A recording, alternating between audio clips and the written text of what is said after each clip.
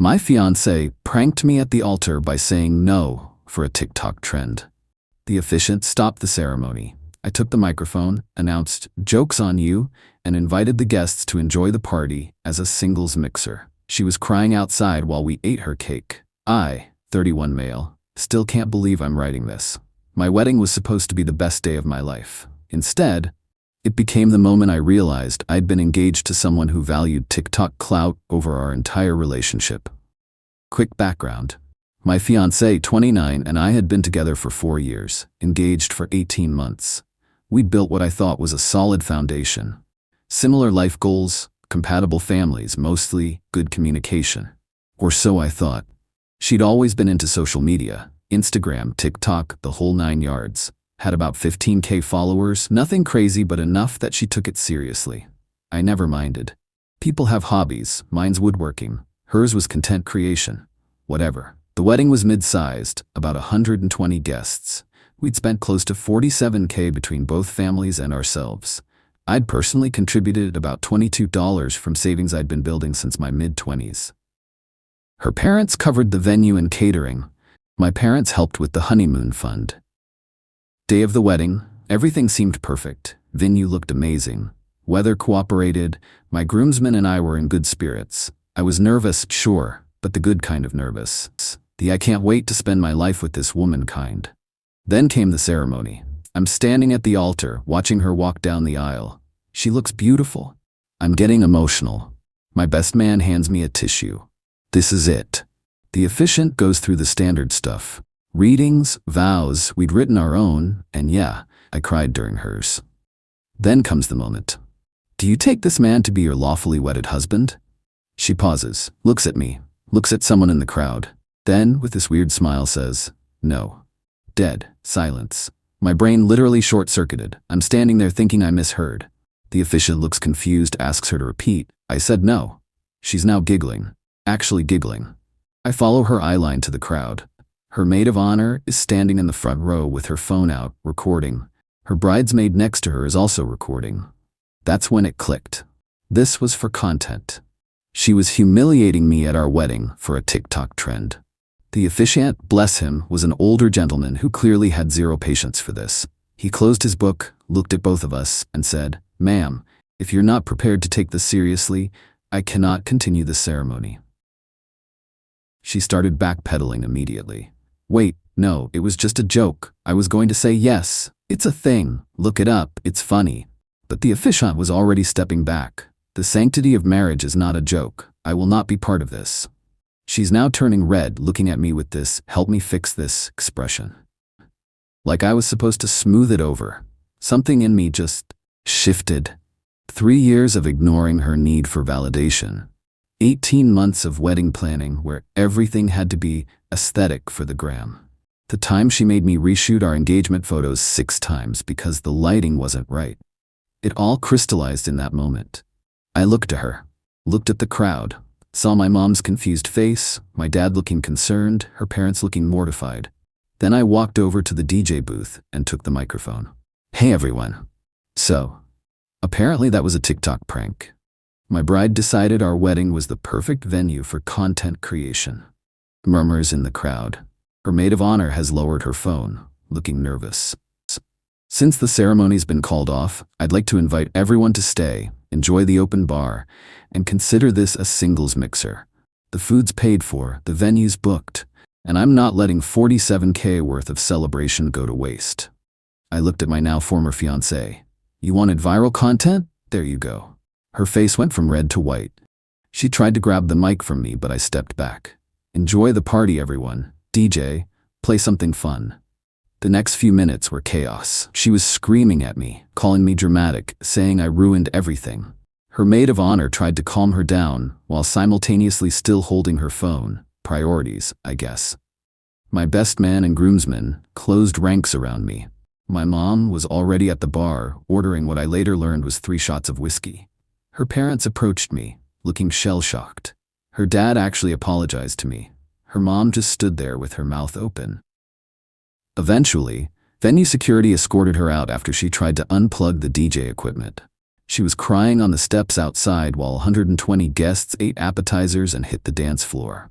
The cake, the 3-tier $1,200 fondant masterpiece she'd spent weeks designing, we cut it anyway. My best man made a toast to dodging bullets, and honestly, it was the best cake I've ever tasted.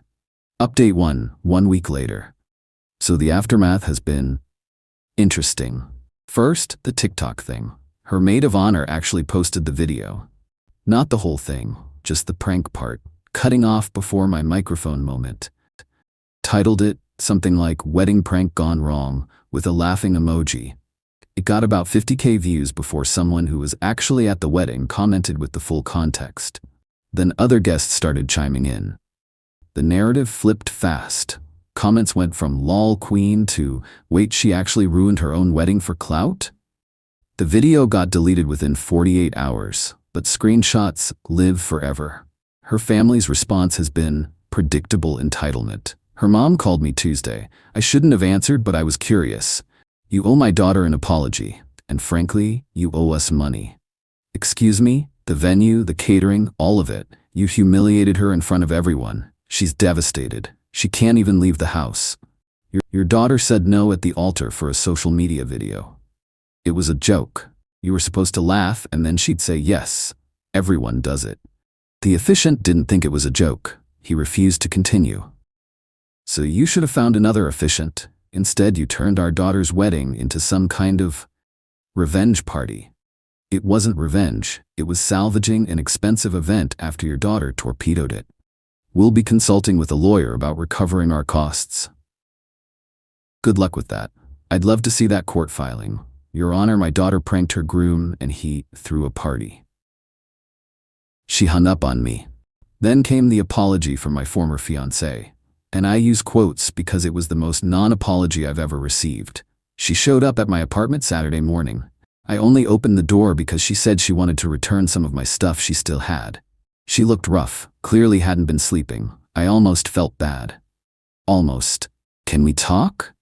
About what? Us, the wedding, everything. There's no us. You made that clear when you said no at the altar. I was going to say yes. It was literally a 2-second joke. That resulted in the officiant refusing to marry us and me being publicly humiliated. You were humiliated? I was crying outside my own wedding while you partied. Actions have consequences. She started crying then. I can't believe you're doing this. 4 years together and you just throw it all away over a joke. You threw it away. I just responded. Everyone makes mistakes. This wasn't a mistake. It was a choice. You chose content over our marriage before it even started. She tried a different tactic then. The manipulation playbook came out. My therapist says I have anxiety around commitment. The prank was my way of coping. I was nervous. You should understand that. I was nervous too. I didn't say no at the altar and have my friends record it. So that's it? You're really not going to work through this with me? There's nothing to work through. You showed me exactly who you are. Believe people when they do that. She left shortly after, but not before telling me I was emotionally unavailable and incapable of forgiveness. Her car was barely out of the parking lot before she posted a story about when the person you love abandons you in your lowest moment. The entitlement is genuinely staggering. Financial stuff. I'm in the process of trying to recover what I can. The venue had a no-refund policy, but the manager felt bad enough about the situation that they're giving me a credit for a future event. Lol. Catering is gone. DJ actually refused payment entirely after witnessing everything. Absolute legend. Photographer sent me all the photos up until the ceremony stopped free of charge, with a note saying, "For the memories you might actually want." My family's been supportive. My dad told me he knew something was off about her, but you seemed happy, so I kept my mouth shut. Mom's been bringing over casseroles like someone died. In a way, I guess something did. Her friends have been blowing up my phone. The maid of honor sent me a DM calling me cruel and saying I need to understand that content creation is her passion, and you should support that. I support passion. I don't support being the butt of a joke at my own wedding. Blocked most of them. But this isn't over. Her family is apparently serious about the lawyer thing. Update 2. 3 weeks later. The lawyer situation turned into actual drama. Got a letter from her family's attorney last week. They're demanding I reimburse them for $18,000, their contribution to the wedding. The argument? I intentionally caused emotional distress and converted the event for personal benefit. My cousin is a paralegal and she literally laughed when I showed her. They're basically suing you for not crying in a corner after their daughter humiliated you. I got my own consultation with an actual attorney. His take, this will never see a courtroom. They're hoping you'll settle to make it go away. Don't. So I'm not settling. Sent back a response via my lawyer that included 1. Video evidence from multiple guests, showing the bride refusing to complete the ceremony. 2. The officiant's written statement refusing to continue due to the bride's apparent lack of seriousness. 3. Documentation that I contributed $22 of my own money to the event. 4. A counterclaim for half the costs they're demanding since their daughter's actions caused the ceremony to fail. Haven't heard back yet. Suspiciously quiet. But the real entertainment came from an unexpected source, her ex-boyfriend. Dude reached out to me on Instagram. At first I thought it was some flying monkey situation, but no, he wanted to warn me. Hey man, saw what happened. Just wanted to say I'm sorry. She did something similar to me at my birthday party once. Fake broke up with me in front of all my friends for a video. Except back then it was Vine, not TikTok. Same energy though. We ended up talking for like an hour. Apparently she has a pattern. Everything in the relationship becomes content fodder. Every fight, every emotional moment, every milestone. He said he started dreading holidays because he knew everything would be staged and recorded. The engagement thing doesn't surprise me at all, he said.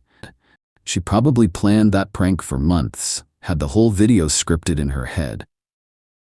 He was right. I found out from a mutual friend that she'd been talking about doing something epic and viral at the wedding for weeks. Her bridal party knew. They were all supposed to record from different angles to get the perfect shot.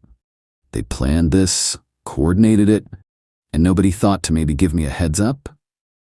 Meanwhile, her social media has taken a dark turn. She's been posting cryptic quotes about toxic masculinity and men who can't handle strong women. Her followers are eating it up, the ones who don't know the full story, anyway. But here's where it gets interesting. A wedding guest I didn't even know that well, turns out she works in marketing, reached out to me with some intel. FYI, your ex has been pitching her sell wedding content companies as someone who can speak about wedding day disasters. She's trying to monetize this. Let that sink in. She humiliated me at our wedding, and now she's trying to make money by telling her victim's story. I took a screenshot of everything and added it to my documentation file. My lawyer thinks it could be useful if the case goes anywhere. Her dad called me directly yesterday. I guess he realized his wife's aggressive approach wasn't working. Listen, son. Don't call me that. Pause. Fair enough. Look, I know my daughter messed up, but she's really struggling. She hasn't been eating. She won't leave her room. Whatever you're doing with the lawyers, can we just let it go? I'm not doing anything with lawyers. Your wife is. I'll talk to her about dropping it if you agree not to countersue. Tell your wife to drop her frivolous claim first, then we'll talk. He sighed. She really did love you, you know? She loved content more. Click. Update 3, 2 months later. Final update because I think this chapter is officially closed. The lawsuit went nowhere, as predicted. Their attorney advised them to drop it after my lawyer sent over the full evidence package. Apparently the combination of the officiant's statement, multiple guest videos, and documentation of my own financial contribution made it clear they had no case.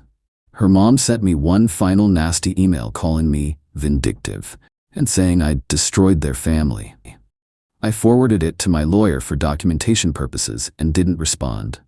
The recovery process has been interesting. Financially, I'm out about $22 that I'll never see again. But the credit from the venue is actually transferable, so I sold it to a coworker who's planning his own wedding. Got back about $3,500. Better than nothing. The photography package was actually valuable. The photographer, feeling generous, offered to do a fresh start photo shoot for me at no charge. I politely declined, but referred him to my sister for her engagement photos. Good dude. But here's the resolution that actually felt like justice. Remember the marketing woman who told me about my ex pitching herself to wedding content companies? She connected me with someone she knew at a wedding industry podcast. They'd heard about the incident and wanted both sides. I agreed to a phone interview on the condition I could review my quotes before publication. They were fair. Asked straightforward questions about what happened, how I felt, what I'd do differently. The episode aired last month, titled something like, "When Wedding Pranks Go Wrong, A Groom's Perspective." They reached out to my ex for her side. She agreed initially, but then backed out when she learned I'd already participated. The podcast got decent traction. Not viral, but enough that it showed up in the results when you Googled her name, with wedding. 2 weeks after it aired, I got a text from her brother, who I'd always gotten along with. "Just wanted to let you know the wedding content thing fell through. Companies saw the podcast and the full video context. Nobody wants to work with her now. She's pretty devastated, but honestly, man, she brought this on herself. No hard feelings on my end. Good luck with everything." I thanked him and wished him well. He's not responsible for his sister's choices. As for her social media career, checked out of curiosity last week, her follower count dropped by about 4K. She's pivoted to mental health content now. Lots of posts about healing from narcissistic relationships and surviving emotional abuse. No self-awareness whatsoever.